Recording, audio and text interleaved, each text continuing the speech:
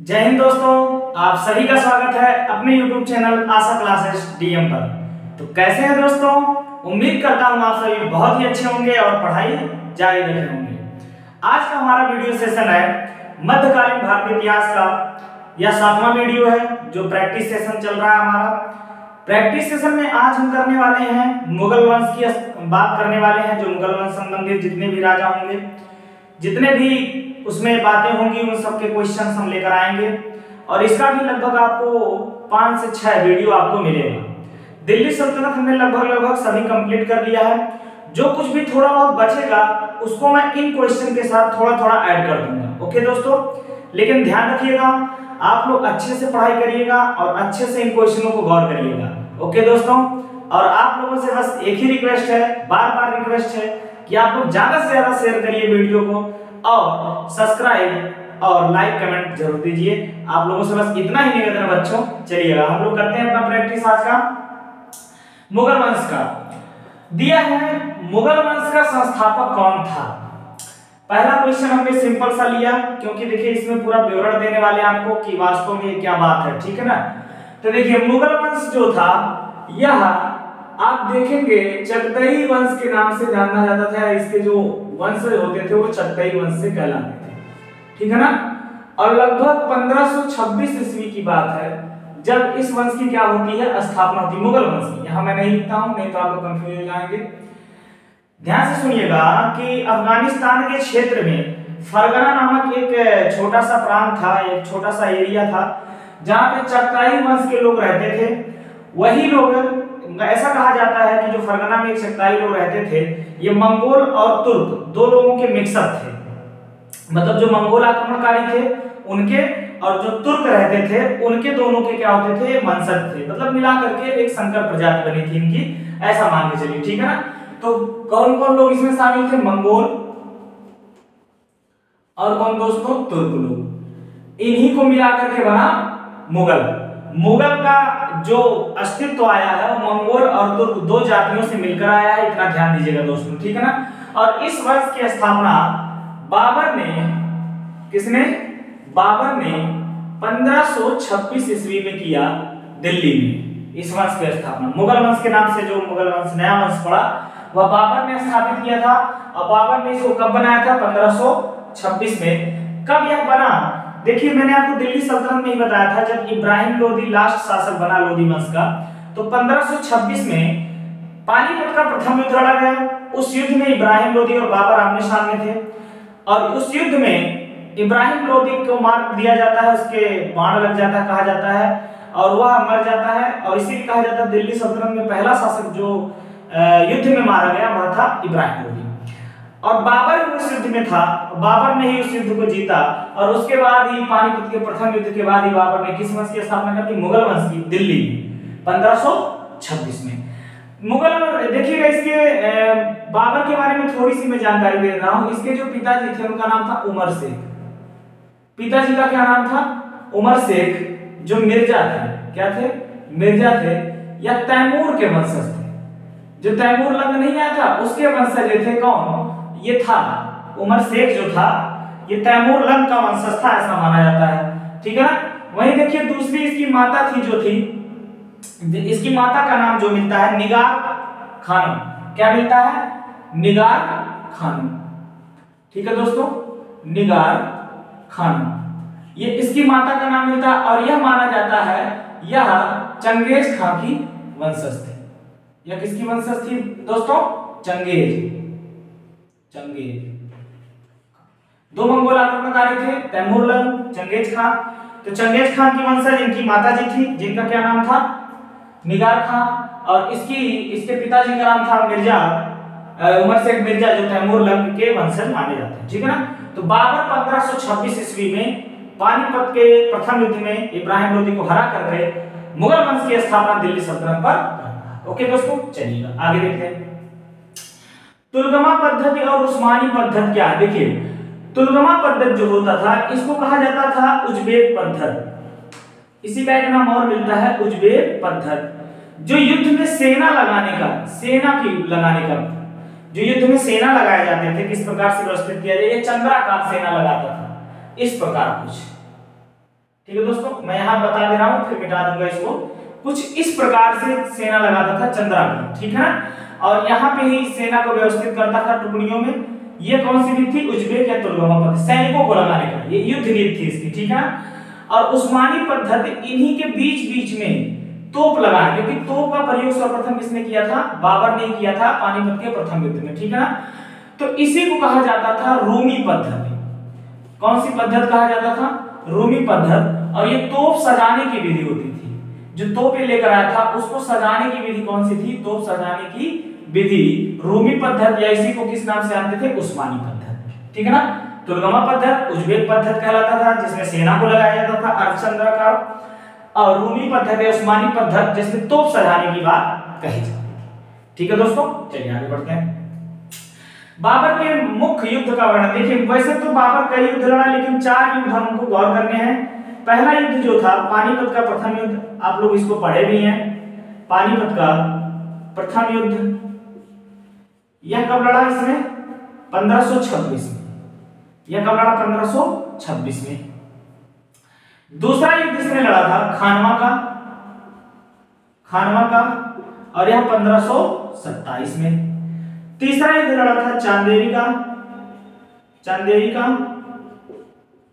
और यह लड़ा था 1528 में। और चौथा और लास्ट युद्ध इसका जो था घाघरा का युद्ध, और यह युद्ध इसने लड़ा था 1529 में। और 1530 में इसकी क्या हो जाती है? मृत्यु। तो 4 युद्ध याद रखिएगा। पानीपत का प्रथम युद्ध 26 में। देखिए इसको याद करने का ट्रिक बता दें।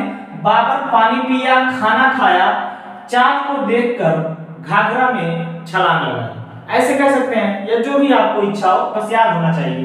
पानीपत का प्रथम युद्ध किसके किसके बीच? बाबर, सब युद्ध में बाबर कॉमन है, लेकिन पानीपत में इसका सामना इब्राहिम लोदी से हुआ। खानवा के युद्ध में इसका सामना राणा सांगा से होता है। चांदेरी में इसका सामना मैदनी राय से होता है, और घाघरा में इसका सामना महमूद लोदी से होता है, जो अफगान शासक था। ध्यान से सुन लीजिएगा, आप लोग लिख लीजिएगा, मैं यहाँ लिख दे रहा हूँ। पानीपत के प्रथम युद्ध में इसका सामना इब्राहिम लोदी से हुआ। किससे हुआ? इब्राहिम लोदी से। बाबर का खानवा के युद्ध में राणा सांगा था, और चांदेरी के युद्ध में मैदनी राय, और घाघरा के युद्ध में महमूद लोदी। तो आप लोग इसको याद कर लीजिएगा, ये बहुत इंपॉर्टेंट है। और चारों युद्ध बाबर ने ही जीता था, याद रख लीजिएगा, ठीक है दोस्तों।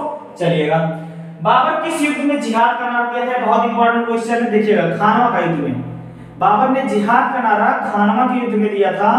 खानवा का युद्ध कब लड़ा गया दोस्तों? 1527 में। कब लड़ा गया दोस्तों? 1527 में। और इसमें राणा सांगा के सामने युद्ध किया, ठीक है ना। जिहाद का अर्थ होता है ना दोस्तों, जिहाद का अर्थ होता है धर्म के लिए लड़ाई लड़ना। इसमें बाबर ने अपनी सेना के अंदर धर्म के लिए लड़ाई लड़ने की बात फैला दी कि अब धर्म के लिए लड़ना है, क्योंकि ये लोग क्या है?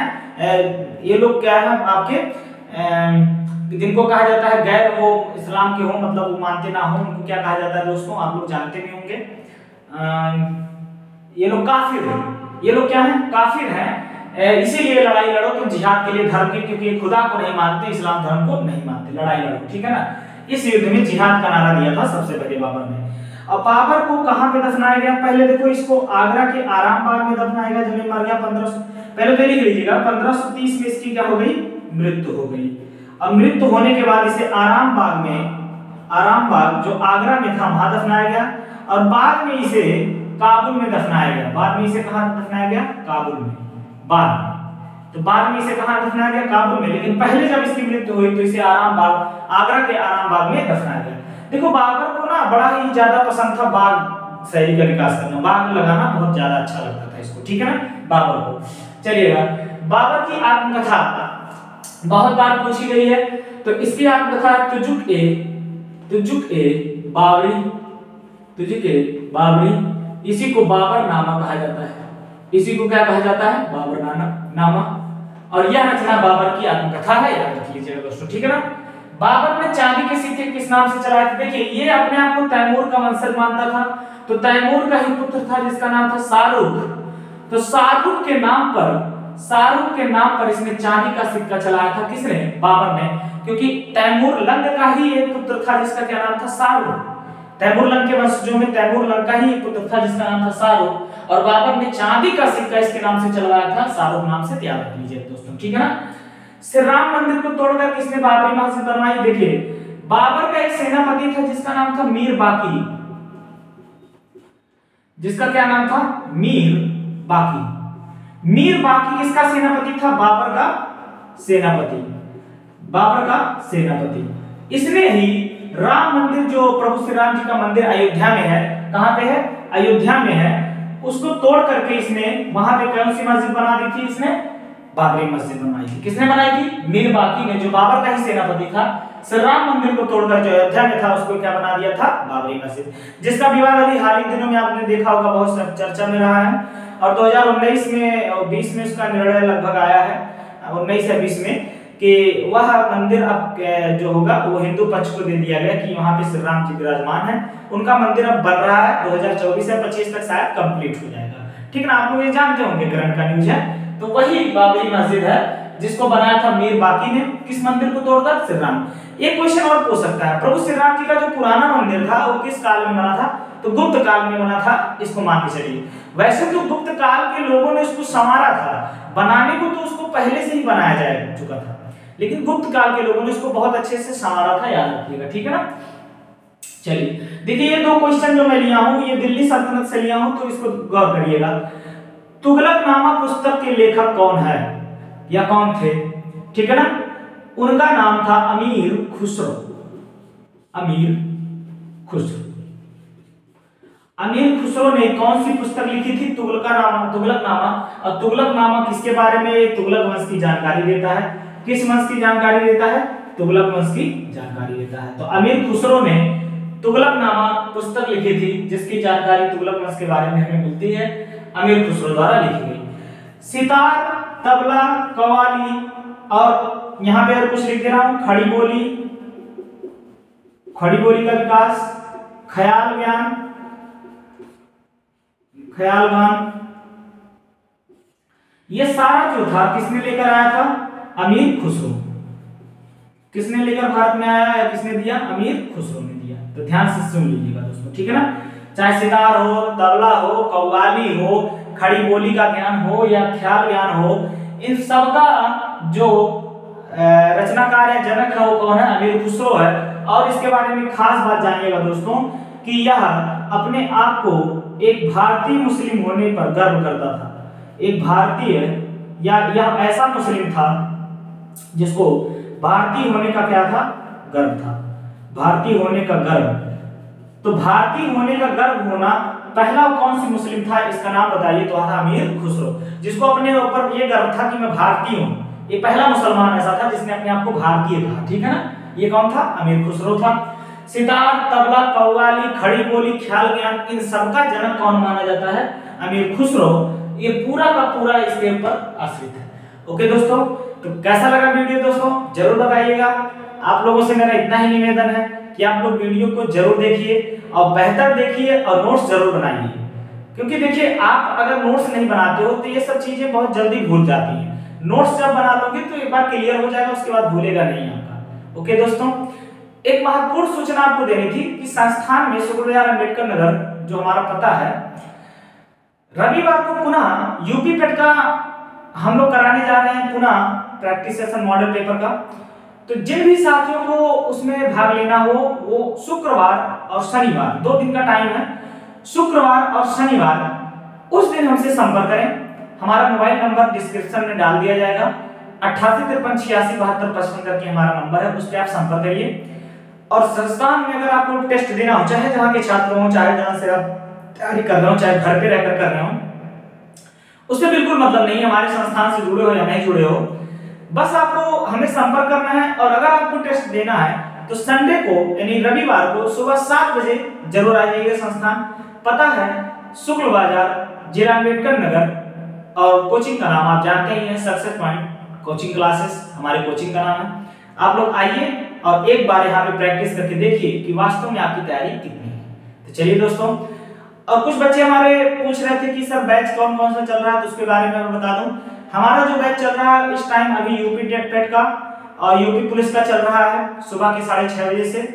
एक ब्रांच पे, और दूसरे ब्रांच पे जो हमारा चल रहा है वह दूसरे ब्रांच पे जो हमारा कोचिंग चल रहा है वह यूपी टेट और सी टेट और सुपर टेट का चल रहा है सुबह 7 बजे से।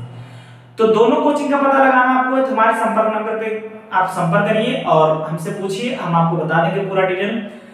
और एक बैच जो शाम को चल रहा है 3:30 से 5:30 बजे तक, वो कक्षा 6 से लेकर 10 तक के बच्चों का है, जो ऑल सब्जेक्ट पढ़ाया जा रहा है, जिसमें बहुत ही अनुभवी जो अध्यापक हैं आपके समक्ष प्रस्तुत रहेंगे। जिन भी माता पिता और अभिभावक को 6 से 10 तक के बच्चे उनके घर में हैं, अगर वो पढ़ाना चाहते हैं तो हमारे नंबर पे संपर्क करके उनसे हमारे पास भेजिए, उनको अच्छी शिक्षा प्रदान की जाएगी। धन्यवाद दोस्तों, जय हिंद, जय भारत। शेयर करते रहिए और सब्सक्राइब करते रहिए।